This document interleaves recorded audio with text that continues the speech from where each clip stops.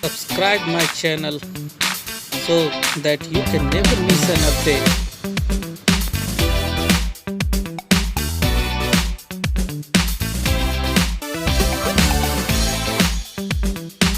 First of all, you have to take a piece of paper like 1 inch and a 6 inch, 1 inch width with 6 inch length.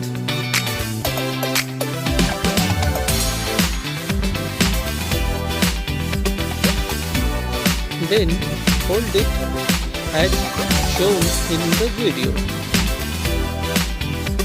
Just do the following steps and you will get the final result.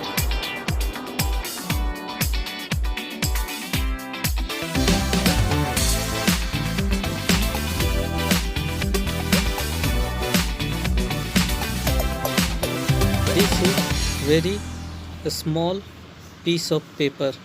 You can do a lot of more than this paper. Please like and subscribe my channel.